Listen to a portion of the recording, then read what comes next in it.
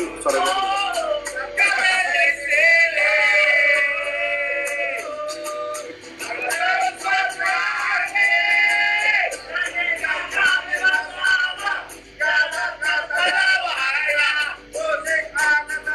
Serentak ada. Di tetangga. Oke, udah selesai. Kita kembali lagi membahas tentang konspirasi. Oke, persembahan buat beli ini ya. Udah. Oke. Ini jam 11 malam kita di mari tetangga. Jadi kita balik lagi ke beli. Monggo. Terangkat lagi beli, terangkat. Iya, ini aneh nggak tadi setiap kali saya ngomong sinyalnya langsung hancur gitu. Iya emang.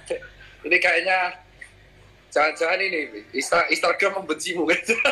Iya, oke, gini aja. Oke, biar langsung to the point. Jadi ini tato kita langsung aja masuk. Ya, tato konspirasi ini saya bikin tahun 99 setelah baca bukunya Noam Chomsky. Jadi Noam Chomsky itu adalah seorang seorang ekonom, seorang pengamat politik, pengamat sosial. Tapi bukunya itu berat banget dan intinya di buku itu dia menjelaskan kalau di dunia ini tidak ada yang namanya kebetulan. Jikapun itu ada kebetulan, itu adalah jikapun ada sesuatu yang terjadi seolah-olah itu kebetulan, itu adalah dibuat seperti kebetulan. Okay. Jadi dari dulu saya percaya jika ketika balik ke persoalan yang simpel tadi, di lingkar pertemanan kita yang paling kecil, pun itu pasti ada konspirasi. Ya. Oke. Jadi nggak mungkin banget di skala global yang melibatkan profit banyak banget, ini nggak mungkin nggak ada konspirasi. Itu pijakan logika saya. Nah, ketika saya melihat COVID ini, awalnya saya sempat percaya. Jadi awalnya saya sempat percaya berapa hari gitu jika ini virus ini memang dari Cina, dari binatang segala macam. Karena ini kan diberitakannya seperti itu. Tapi ketika saya coba cari informasi dari sumber-sumber lain di luar mainstream media, saya banyak menemukan fakta-fakta yang menyimpulkan kebalikannya gitu loh.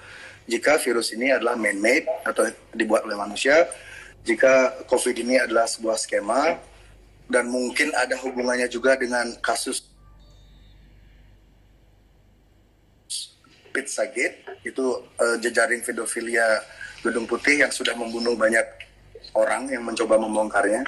Jadi ini sengkarut banget ini, saya ngelihatnya. Saya telusuri lagi lebih dalam, terus saya baca-baca lagi buku-buku yang lama saya baca tentang teori-teori ekonomi, tentang teori-teori politik. Ini sekarang masuk akal banget itu. Jadi memang ada siklus setiap berapa tahun sekali ekonomi itu dinolkan lagi, ekonomi itu di restart lagi. Kenapa begitu? Anda percaya nggak pemegang kendali atau pemegang kekayaan 99%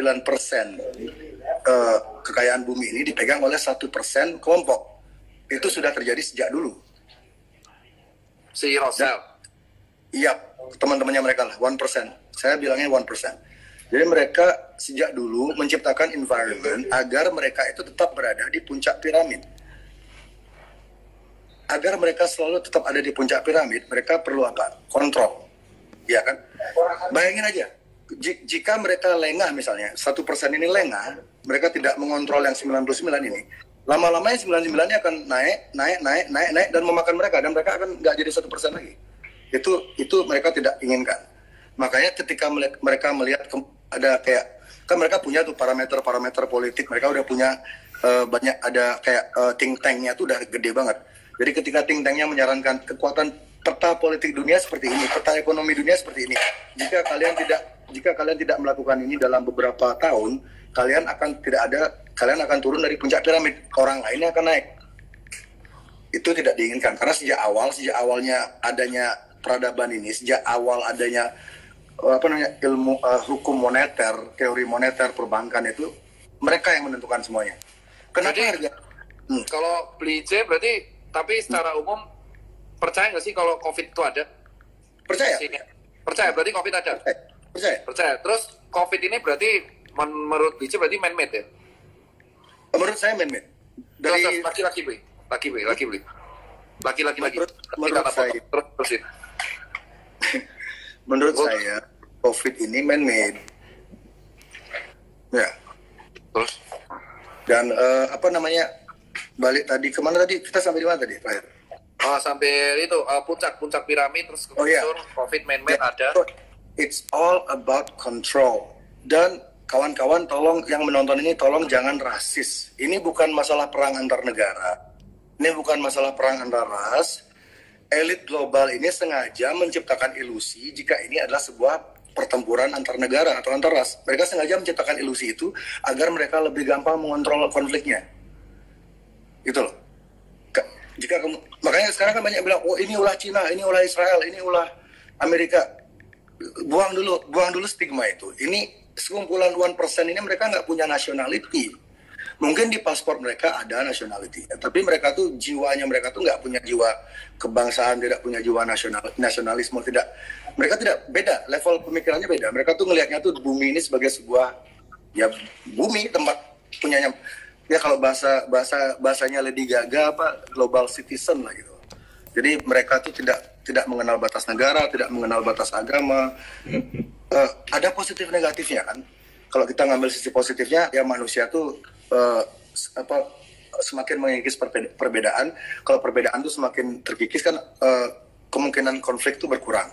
Tapi kalau kita melihat sekitaran negatifnya, jika manusia itu seragam, maka akan ada beberapa kelompok yang dengan gampang memanfaatkan atau mengontrol kita dan mereka mendapatkan keuntungan. Sementara yang kebanyakan orang akan dimanfaatkan aja karena kalau kita ada seragam, misalnya kita sudah dipakai microchip semua, kita dipakai vaksin semua, kita seragam semua.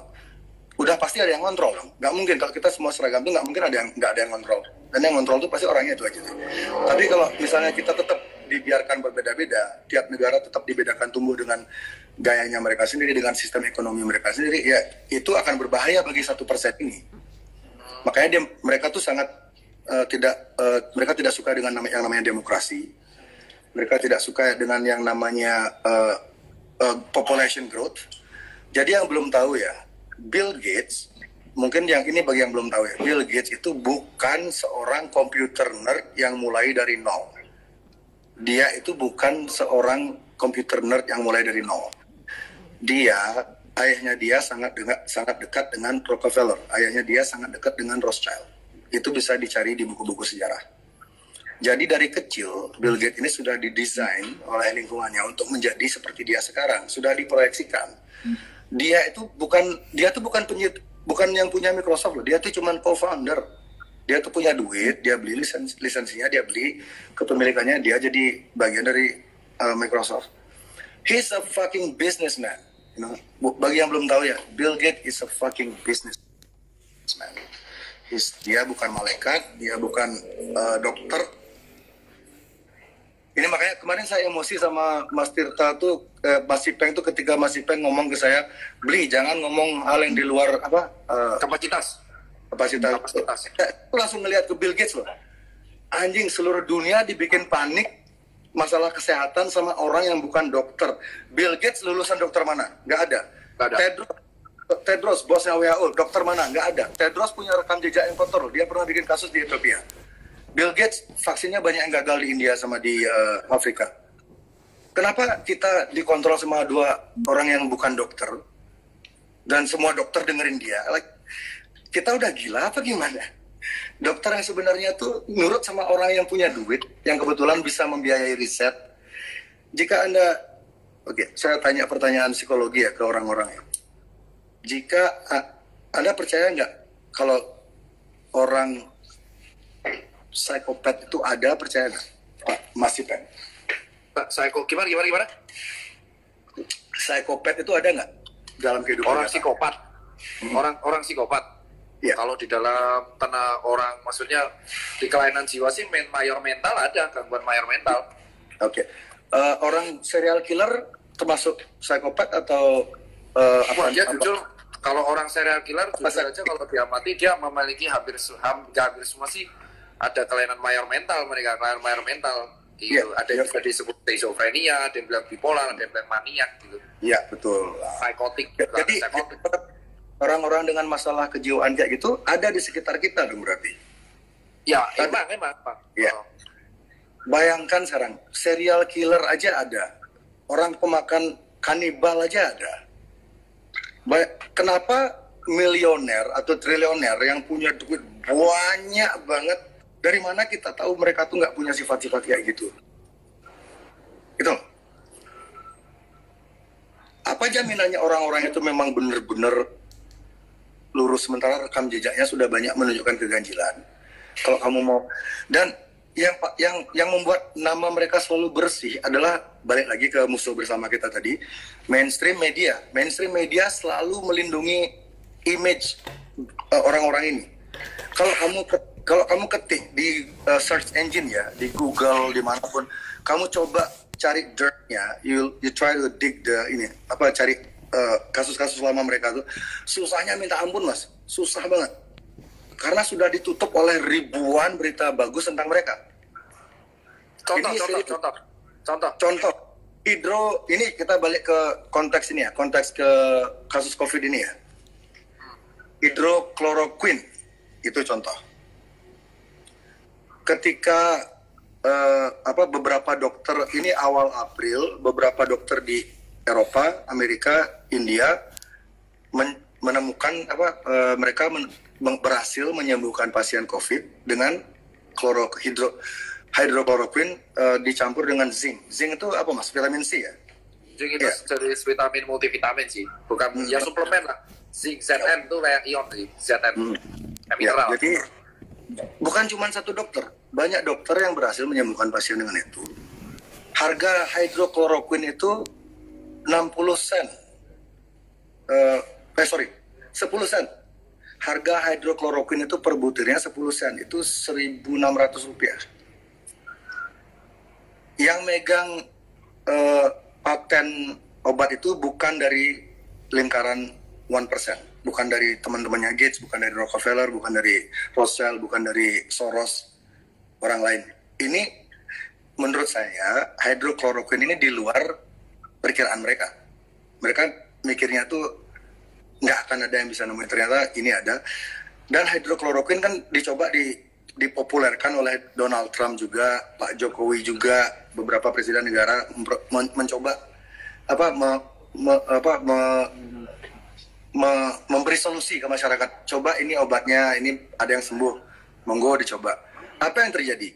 Seminggu setelah itu CNN, New York Times, Washington Post, Vice Magazine, semualah itu, hampir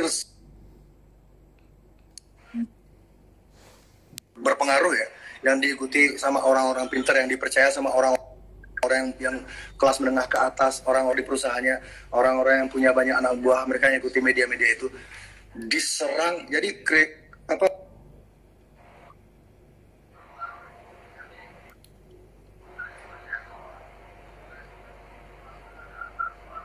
Buset, bentar, gak ada suaranya lagi ketika dia bahas CNN. Ada suaranya nggak? Ini aku bandingin bentar. Ada suaranya nggak? Nggak ada. Gila, ini kebetulan apa cocok logi ya? Tiap kali beli, suaraku doang kan yang ada? Tiap kali beli jerek ngomong media mainstream pasti hilang. Bentar, hilang. Aduh.